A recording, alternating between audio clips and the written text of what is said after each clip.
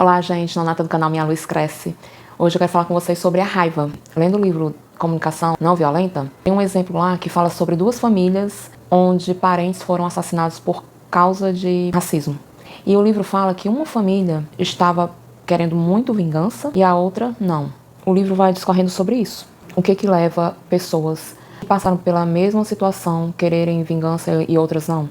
E psicólogos, os estudos falam que não é o que acontece, não são coisas externas que fazem com que a gente tenha raiva, mas sim coisas mal resolvidas dentro de nós mesmos. Toda essa raiva, essas explosões que você tem do outro, aparentemente do outro, na verdade é uma raiva que você tem, é um problema que você tem interno.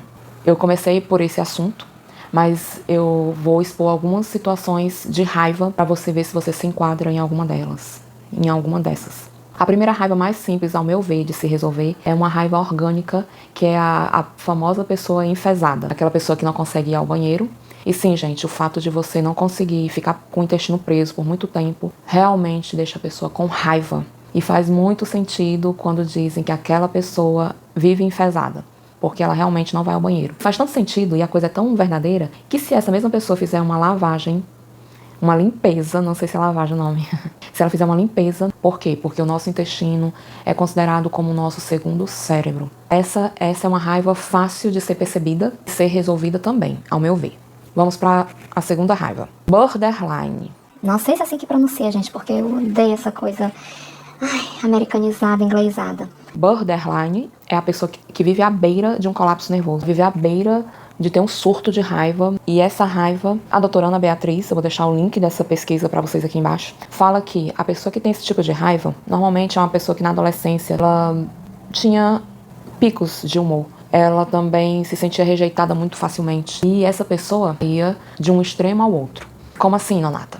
Ela ama muito, mas se for contrariada, ela pode também te odiar muito. Então é aquela pessoa que tem um sentimento bem conturbado, qualquer coisinha do mesmo jeito que ela pode te amar loucamente, ela pode fazer coisas por você, ela também pode deixar de te amar e passar a te odiar se você fizer raiva a ela. Resumindo, a pessoa que sofre de borderline, esses picos de emoção, né, essa instabilidade emocional, ela normalmente tem uma baixa autoestima. Sim, não se aceita, não gosta de si mesma e acaba passando isso para outras pessoas com essa instabilidade emocional.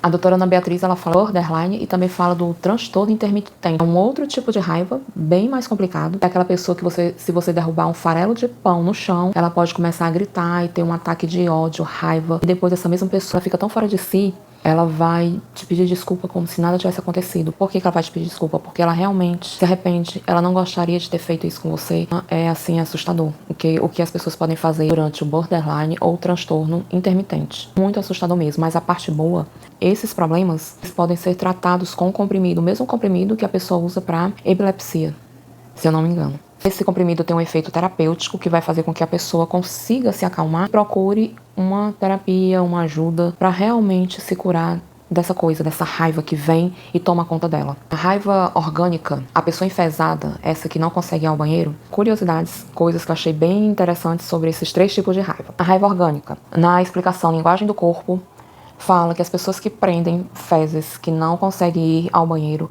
são as pessoas que têm o hábito de prender coisas, acumuladores, por exemplo. Pessoas que não têm facilidade em soltar situações, em soltar coisas. Então, esses são os enfesados. E na minha cabeça faz muito sentido. Eu já tive esse problema e muitas coisas se ajustaram na minha vida. Eu aprendi a soltar, deixa ir o que precisa ir. Alimentação, exercícios, tudo isso fizeram com que esse meu problema fosse resolvido. Já essas duas outras raivas que eu falei, que é do borderline e o transtorno intermitente, a parte que eu achei bem curiosa, que a raiva não é do outro, a raiva é sempre de mim mesma. Saber disso é muito libertador. Você consegue perceber como é libertador? Porque a partir do momento que eu sei que depende de mim, só depende de mim para eu me curar disso, é muito mais fácil. O que tem dentro de mim? O que eu não me perdoei, que eu não aceito, que eu deixo transparecer no outro, que vem esse ódio, essa raiva? Vou dar um exemplo de mim mesma. Agora, nesse período político, enquanto tinha muita gente com raiva, com ódio um do outro, e briga de família, e briga de amigos, eu estava tão tranquila. Sabe aquela coisa que não te atinge? Aquela coisa que não faz diferença? Exatamente. É assim que eu me sinto. Não tenho esse sentimento dentro de mim quanto à política, quanto a outras situações. que eu não vou citar todas agora. E isso mudou me conhecendo. Isso mudou a partir do momento que eu passei a me conhecer melhor. Porque até então, eu lia uma revista Veja e ficava com muita raiva. Eu via as informações e ficava muito revoltada. E hoje em dia, eu vejo isso com outros olhos. Não me causa raiva, não me causa ódio. E isso aqui é mais uma tentativa de levar a luz para sua vida mesmo, para que você, se você sofre esse pico de raiva, de ódio das pessoas e vive se arrependendo, porque quem tem esse transtorno de raiva, não é uma coisa normal. A pessoa não quer isso. Ela acaba muitas vezes rastejando, pedindo desculpas. O outro até desculpa. O outro até que perdoa, deixa passar. Mas vai chegar um momento e a outra pessoa não vai aguentar mais estar desculpando, porque é o mesmo erro se repetindo. E a doutora Ana Beatriz fala sobre isso. Que as pessoas deixam para procurar ajuda quando já perdeu esposa, filho, quando a família não aguenta mais e abandona.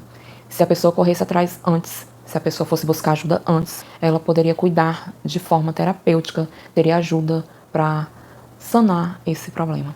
Então, gente, tudo que nós passamos, tudo que nós sentimos, tem solução. Tenta olhar para dentro de si, tenta se ver.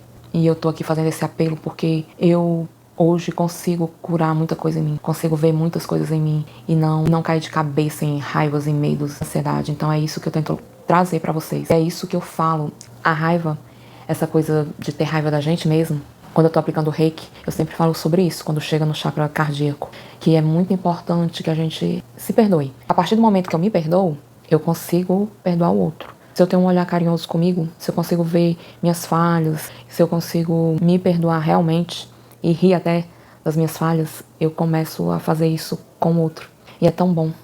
Nem sempre é tão fácil. Vamos supor, Nonata aprendeu a se perdoar e agora pode chegar em mim e me dar um tapa na cara que eu vou perdoar facilmente. Também não é assim.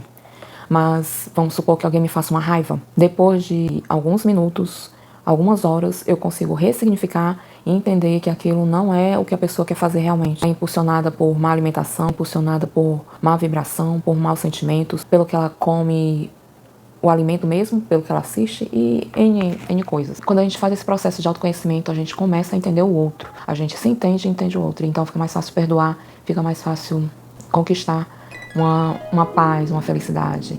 Se inscreve no canal, Minha Luz Cresce. Beijo.